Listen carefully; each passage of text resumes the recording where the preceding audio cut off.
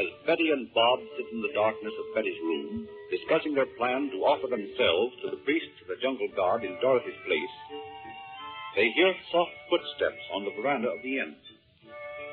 To their amazement, Dr. Shaw tiptoes to the door, pauses a moment, and goes away. They wait. When they hear nothing more, they decide to go at once. Opening the door, they slip out into the blackness of the jungle night. The present act opened 1 hour later. Chandu, the magician.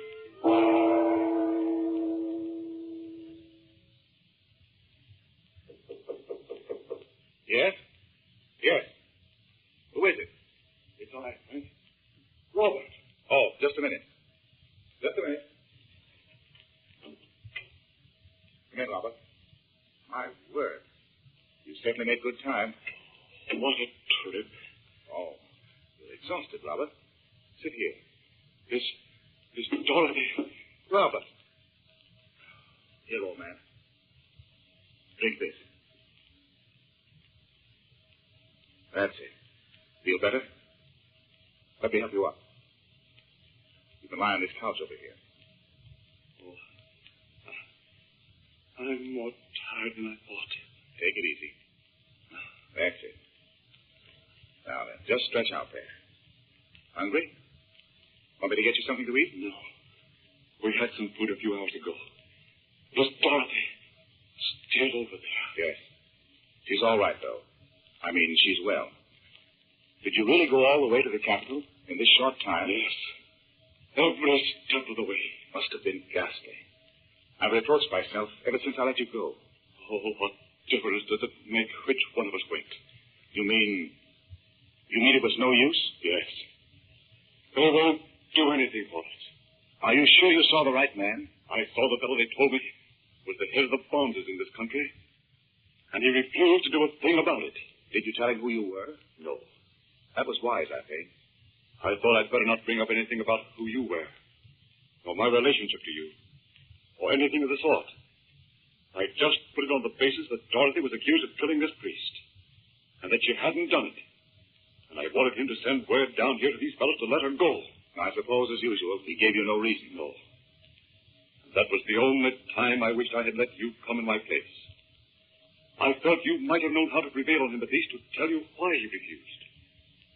Oh, I wonder. I haven't made any headway with the natives in this village, you know. And I've tried. And so has Dr. Shaw. Persuade them to parole Dorothy to Shaw, but they won't do it. They're afraid we'll trick them and get her away somehow. They keep insisting that their dealings with white men have made them suspicious of all of them. Poor Dorothy. It's humiliating to think I've failed her when she's been so wonderful. Running through all sorts of danger to find me when Von Bolton had me shut up in that ruin. And coming over to that forsaken little Montebello just because I was going to be in Europe. She didn't want to worry me for staying at Beverly Hills alone. Then you can imagine what this means to me, Robert. Even Bob's done more for her than I have. What's Bob done? Well, of course, he shouldn't have. But only tonight. He hit upon the plan of going over and releasing Dorothy by cutting a hole in the wall. But how foolish. Where did he think he was going to take her? Oh, he didn't know. He thought he'd bring her over here, at least, and then I could think of something to do. Poor kid. Always before, when they've been in trouble, they've known they could count on me to get them out. But now I'm as helpless as they are. Do you mind telling me, Frank, why you can't make use of these occult powers of yours to release Dorothy? If she were free, there's no reason why we couldn't leave this place at once, is there? I mean, you're not staying here on account of this business you have with Dr. Shaw, are you? Surely you don't think I'd let that stand in the way of releasing Dorothy? No. For some reason, I can't understand. I'm simply powerless to help Dorothy with any secrets I know. I've been sitting here ever since I brought Bob back from that hut, and I can't figure it out. The strange thing about it is, I seem to be able to do anything except that. What do you mean? Well, just this. Tonight, when Bob went over there to try this foolish scheme of his, I missed it, of course, and somehow I knew where he'd gone. I ran over, and there he was, beside a hole he'd already cut in the wall, and a big native was standing beside him with one of those long knives. Great. Yes, I was just in time. Without stopping to think, I put into practice a thing I've known for years. I told the fellow to go back to his hut and go to bed. And in the morning, he would remember nothing that had occurred. Do you mean to say it worked? Of course it worked. And then Bob told me he tied him up, the guard they have at the door, after knocking him unconscious. Did Bob walk right up to the guard and knock him down? Yes, he did.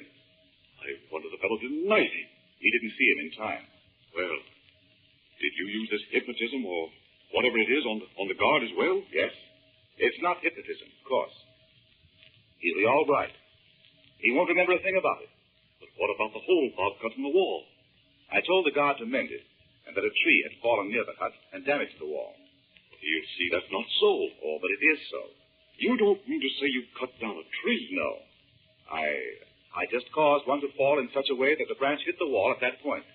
Does Dorothy know all this? I imagine she heard most of it. Those walls are pretty thin. Do you suppose...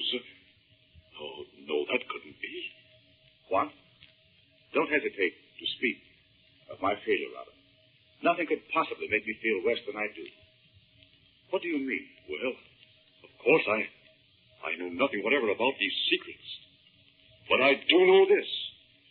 Many times when I've been in the midst of a particularly delicate or important experiment, I'd find that the one thing I needed would continue to elude me. Now, if you still have the power to do any of these things you've learned from the yogi, there's a reason why you can't release Dorothy. And it's not because you've lost the power. I know. I've been over it 1,000 times. And you're right that there's something. Just some one thing that's preventing me. I wish I could help you. No one can help me but myself. That's the irony of the whole thing. I've hardly slept an hour since they dragged Dot away from me, over there in the temple. I go over and over the circumstances. I've tried repeatedly to reach those priests through their native superstitions and fears. Hour after hour, I sit here in the darkness, working, and always with the consciousness that there's a high wall between Dorothy and me. I can't reach her. Listen to me, Frank. You can't go on like this. I've got some stuff here in this little medicine kit that Dr. Shaw gave me. He told me I might find it impossible to sleep in the jungle with all the fatigue and the nervous strain and so on. And he told me to take a few drops of this in water. Now, you've got to get some sleep.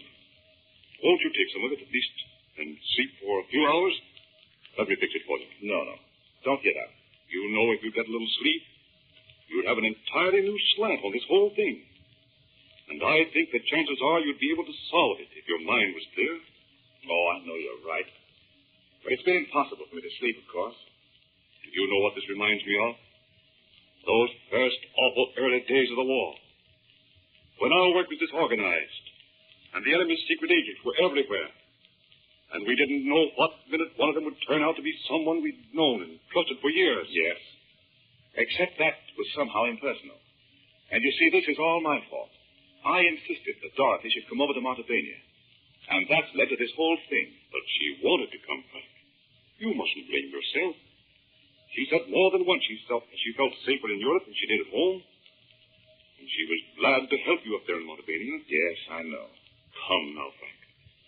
Let's both get a few hours' sleep. Nothing can happen tonight. I mean, nothing worse can happen. No, that's one thing. We still have almost 2 weeks. Almost 2 weeks? What do you mean? Oh, didn't I tell you? Betty doesn't know it yet, but Bob does. They've decided that Dorothy is to be sacrificed. And they've set the time at the ceremony they call the Feast of the Darkened Moon. That's in about 2 weeks. Will the ship be here before that?